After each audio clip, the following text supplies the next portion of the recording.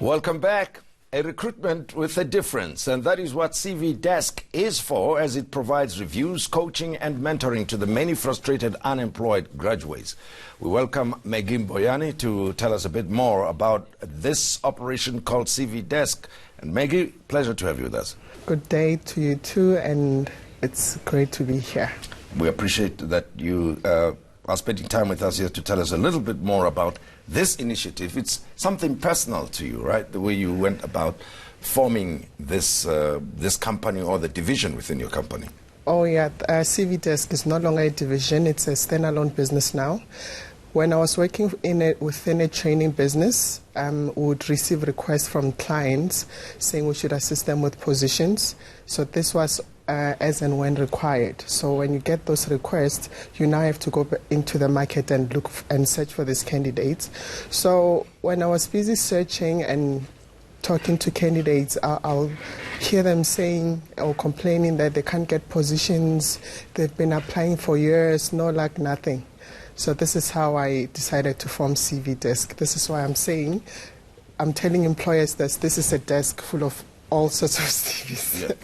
Yeah. I said, in the intro to this interview that there's something unique that you do, that's different from what recruitment agencies would do. How do you differentiate yourselves from the recruitment agencies as we know them? Okay. We are licensed with both the Labour Department and APSO.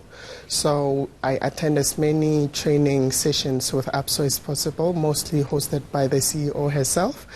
She's always saying that if you're working on a position and obviously you can't hire everybody for one position, you have to redirect other ones, right? And if you're getting candidates contacting you daily saying, I'm applying, I'm not securing interviews, I'm securing interviews, they're not calling me back. What is happening? I've been in the market for many months, for many years. That's why I said, okay. And also because I deal with suicidal or depression cases, instances where other people contact me and say, this person is on the verge of committing suicide, please assist. This is why I said, okay, other than offering the recruitment services to employers, let me assist candidates with their job searching journey. As inspired by what the CEO of APSO always says, to always redirect them. So what I do is, I went to social media to run a poll to find out exactly which challenges were they facing, the exact challenges. And then I found that they're struggling with CVs, they're struggling with where to apply, they're struggling with signing up on the job boards. Some will tell you I've been applying, and if you ask the person, where have you been applying, they'll tell you on the municipal board. For the whole 4 years, with the fourth industrial revolution here, you can't be applying there. You have to check other sites and all of that. So this is why I'm hosting these sessions, prospective employee sessions, where in the sessions, although we have a manual where we've tabled those challenges in there, we equally have them raise their issues in, then they will say, okay, I'm struggling with 1, 2, 3. Then we tell them that this is how you should be solving this out and all of that. I suppose if you're not involved or experienced in that, it's very difficult to understand what unemployed people go through, right? Especially graduates. Just give me an example of the experience, especially of an unemployed graduate who has been searching for several years but cannot find a job.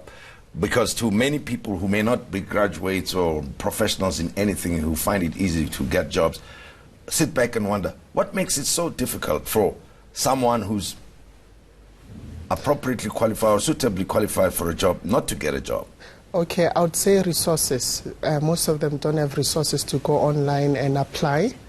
Obviously, because if someone took a study loan to study further, they're worried about how to pay that back, how to assist it back at home. So they won't have resources to go online and apply. So this is why sometimes I'd invite them over and say, okay, we have laptops in the office, you can use that, connect. These are the sites where you should be applying. This is how you should be applying. Obviously, like I said, I always check the CV first, because you don't want to take a badly written CV online and just waste your time applying with something that's not readable. Oh, well, I mean, it sounds like the CV is the entry point, isn't it? Yes, that's the first start, right? Yes. So typically, what is it that needs to happen to a CV? Or what have you discovered about CVs that is holding the unemployed graduates back or making it difficult for them to even be invited for interviews? Okay, I think most of them are due to lack of resources or networks or people that are experienced within around them. They just take whatever template they get, they come across and just fill in the information and send it through. I always say that every time you have to apply for a job, you have to look at the job description as a question paper every single time, because when an employer is shortlisting, there are things they will be marking off your CV, you see.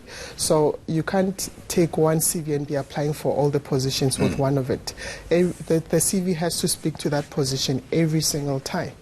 Okay, so because we may find the companies looking for something else different from company A looking for something different as compared to company B, C, D, and so forth, right? Yes. So typically the applicants would send the same CV to the different prospective employers. Yes, and you can tell that, okay, this person, this profile summary or the objective was directed at another company.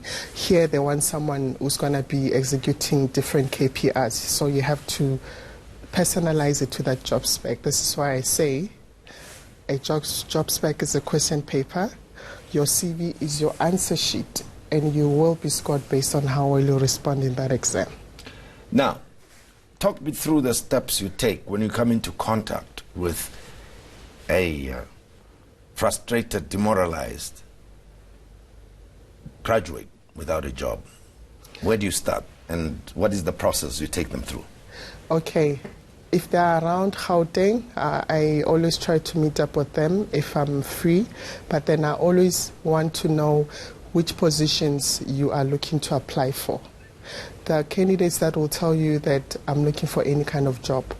That means that person is going to write that CV in that manner, and it won't be speaking to any position, right? So what I do is I want to see the CV. I want to know which positions you're looking for. I want to know where you've been applying. I want to know if you've been following up. I want to know when you send those CVs, are you checking your sandbox to see if it really went through and if the employer will be able to open that attachment, because some attachments will say request for permission. Yes. This is the process that you go through, but as we are talking, I'm trying to help the ones who may not have contact with you, right? Okay. That, give them the ABC of how to go about it, because the commentators, the economists, right, people who are not affected by unemployment tend to say there are no jobs anyway. and we form a view that, well, there are no jobs. Why apply for jobs that are non-existent? Funny enough, there are employers that are also saying there are no candidates. They're sitting with positions that have been open for months. So if you are sitting at home wondering what should they be doing, firstly, I send out free CV templates. If they drop me an email, I can send out an easy-to-fill CV template that's in Word format. And that's always the better option, because even if you tell candidates what they should be doing, they don't really do it. That's why we decided to put together templates for them to request, and then we send them through. Then after they're done filling them up, they send them back, and then I have to review them again before they start applying. But with graduates, you have to write your career objective, write your profile in full. The full name should be there, your contact information. That's your full name, your gender, your race, your contact information, ID number, all of that. And the educational information, the employer wants to know where did you obtain this qualification, which institution, which year.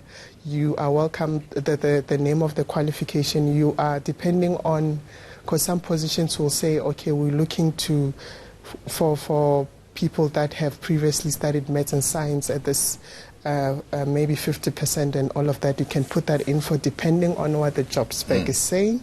And then you go to your previous employment. They want to know who your employer was, the exact duration, not 2014 to 2015, the first of whatever month, year, until this time. You list all your key performance areas there.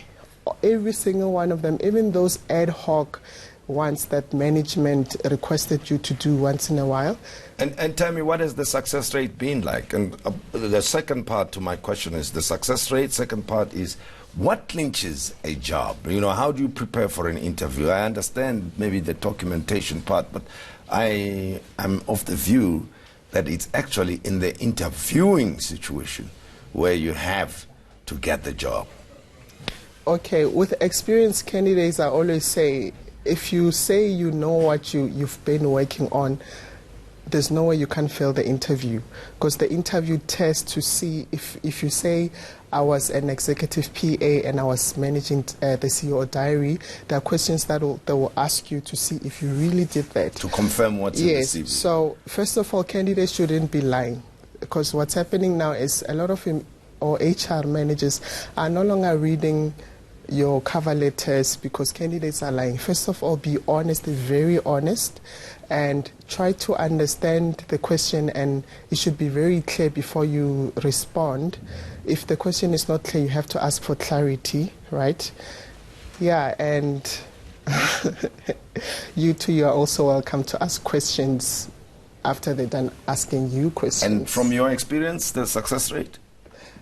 Well, there's been some improvement, I suppose. Too. Yes. I would say 80% with the candidates we've assisted that actually carried through what we asked them to do, because with us, we don't do things for them. We tell them what to do, and we take them through the process. We'll be with them all the way. And they get in touch with you at CV Desk, right? They can find you under CV Desk. Yes. All right. Thanks very much for having been our guest, and we appreciate it.